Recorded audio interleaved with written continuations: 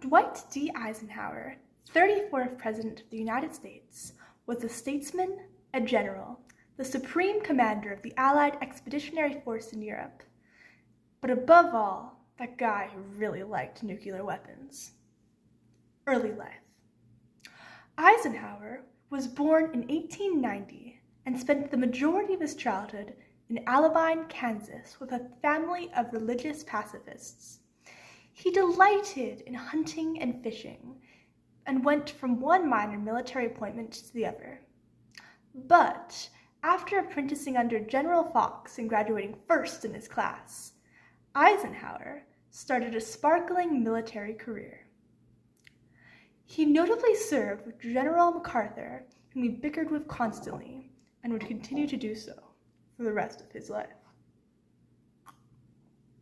Fun facts! Hi, I am Eisenhower's pet parakeet, and I love him! Here are some fun facts.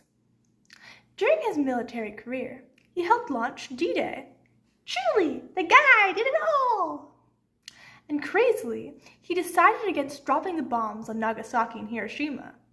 He thought that it would tarnish the United States' image and that Japan was already on the verge of surrender. Obviously, this standpoint would change. Is it time to talk about the bombs? No, not yet, Gabby. Eisenhower is president. Conservatism in the fight against communism. During this time period, the Cold War was happening. Big surprise. The communists generally followed a more atheist model, so Eisenhower wanted to make God more important to the Americans. The goal was generally, let's not be like the communists, unless we're talking about explosions. He instituted this by adding, "In God we trust" the currency, and "under God" to the Pledge of Allegiance. This correlated into an upsurge in church membership. No one but God can save you from nuclear devastation. Okay. The fight against racism. Blindingly white guy was actually a major player in the fight against racism. Again, because communists are racist, Eisenhower made this a national security issue, instituting the Civil Rights Act. This disallowed segregation in schools, starting with the infamous Little Rock. However, this was not treated as a moral issue, but more as a communism is despicable issue. Bomb time? Bomb time.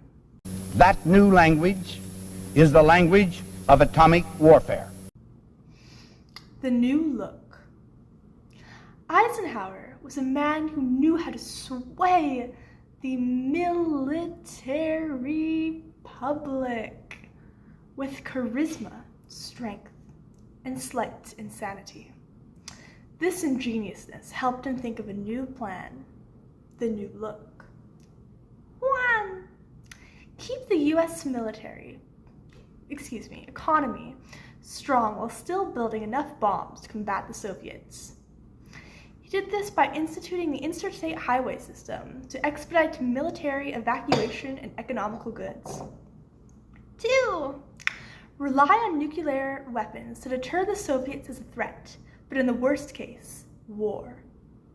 He does this by stockpiling bombs and putting significant funding in bombers. This can be seen in the graph. Our stockpile increased by 2,117% during his administration, adding 17,797 warheads. This is the biggest increase of nuclear weaponry in America's history, and it is also the greatest number of warheads we've ever had. It was also much less expensive than training and feeding a standing army. Number 3. Use CIA to covertly destroy the Soviets. The CIA thought the Red in Cuba and Southeast Asia committing illegal acts by not officially telling their employers. Number 4. And finally, strengthen allies and win friendship of unaligned governments. They did this by avoiding the escalation of war into China with French and separately Hungary. They didn't want to devastate countries unnecessarily. Nothing like a nuclear winter to make someone like you. Yes, killing someone's friends and family usually doesn't go over too well.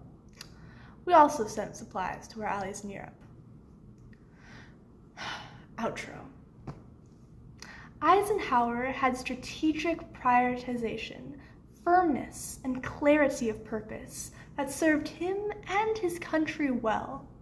However, he was the major facilitator in the arms race and did not end the Cold War.